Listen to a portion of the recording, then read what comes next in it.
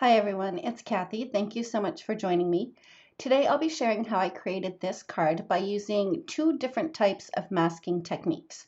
I'll be using the Linking Train stamp set as well as the FaDoodle Hearts stamp set. And the masking that I'm going to show first is how I got the hearts inside the little train car. And the second masking technique is how I got the pennants on front of the train engine. So I started out by stamping 3 of the hearts onto a piece of masking paper, and now I'm going to cut them out. A couple of tips and tricks. When you're cutting out your masks, you want to make sure that you're cutting really close to the stamped line, if not on the stamped line, just a little bit. By doing that, you'll make sure that when you're doing the stamping, you won't have any weird halos around the images. Now, the other tip that I wanted to share with you is how I do the fussy cutting. If you notice, my right hand with the scissors isn't really moving. I'm moving the masking paper with my left hand, and that helps get a cleaner edge around the images while I'm cutting them out. So once I had all of my little masks cut out, I brought in a piece of Cougar Super Smooth cardstock, and I stamped the train car with Memento Tuxedo black ink because I'll be doing some Copic coloring, although I did most of the Copic coloring off camera, just in the interest of time.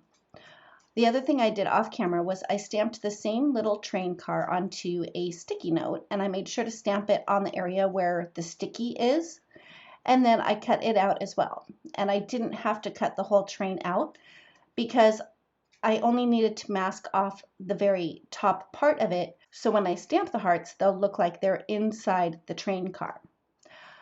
Now, the reason that I stamped the train car first is because I want that to be up front and I want the hearts inside the little train car. I wanted 2 little hearts on the outer edges and I wanted them to be in the front, so I stamped those first, and then I put the masks on top of those little hearts, and then I stamped the larger heart. I masked off the larger heart, and then I stamped another little heart. Then I moved to the other side and stamped a heart there. Now, I could have cut out a couple of extra masks, but I decided that for me, I'm okay with just moving the masks around. So I took the mask for the heart with the boulder line off and moved that up to cover the one that I stamped on top. And then I moved the other small heart mask to cover the other small heart that I had just stamped. And I just continued doing this until I had enough hearts in my little train car. I really didn't have a plan on how many hearts I wanted or how I wanted them. I was just kind of eyeballing it. The biggest thing, of course, is to remember to move the masks if you need to. After I had all of the hearts stamped out that I wanted to be inside my little train car, I removed all the masks. And that's how I was able to get the hearts inside the little train car. As far as the coloring goes, I wanted to specifically share the shading that I did for the hearts. I didn't want to use my R59 marker because I didn't want the shadows to be that dark.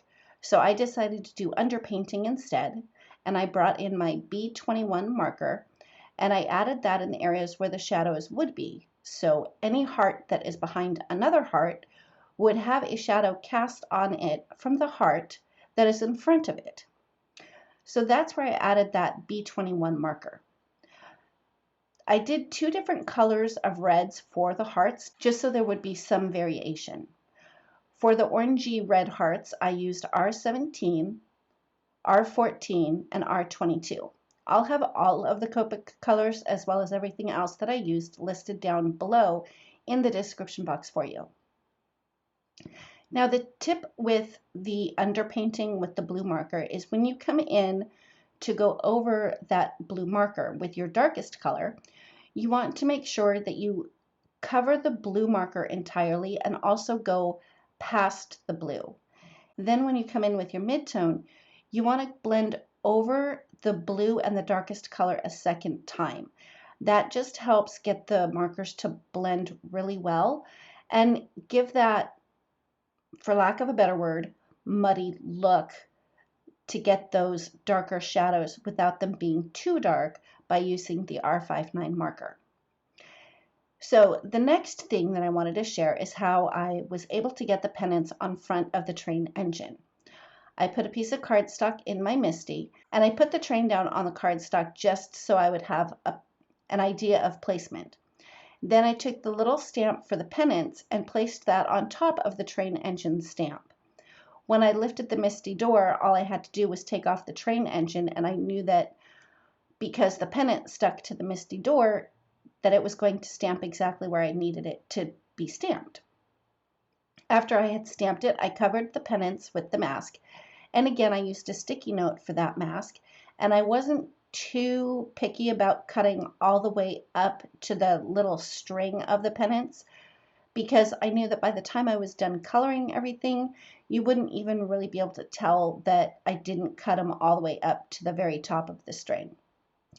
So after I had that mask in place, I placed the train on top, and then I stamped on top of my mask. In the center, I don't know if you can see it, but I didn't get a very good impression around that middle pennant, so I decided to stamp the train a second time and add a little more pressure around that middle pennant to make sure that I got a nice clean impression. Then I removed the mask of the pennant, and now my pennants are on the front of the train engine. To color the pennants, I used the same R markers and RV markers, and I did do just a tiny little bit of the underpainting with the blue. I just alternated the colors on the pennant, so it was the orangey red and then the more pinky red color. Another thing that I did off camera was I did stamp the train tracks onto a piece of Cougar Super Smooth cardstock, and I colored those in with my Copic markers as well. And then I trimmed it down to a pretty thin strip just to have it at the very bottom of my piece of patterned paper, which I believe is from the Enchanted Kingdom pack. I have to double check that, but I'll make sure that I'll have the correct link down in the description box below. I trimmed down the patterned paper just a tiny little bit, so it's just slightly larger than 3 1/4 by 8 1/4. Next, I adhered my patterned paper to the front of my note card, which started out at 8 1/2 by 7. I scored it at 3 1/2 inches on the 7-inch side, so my finished card is 8 1/2 by 3 1/2. Once I had that adhered to my card base, I brought in my train and played with the placement of the train a little bit. And once I decided exactly where I wanted the train to be, I just used my tape runner again to adhere those into place. And that's it. That finishes up my video for today.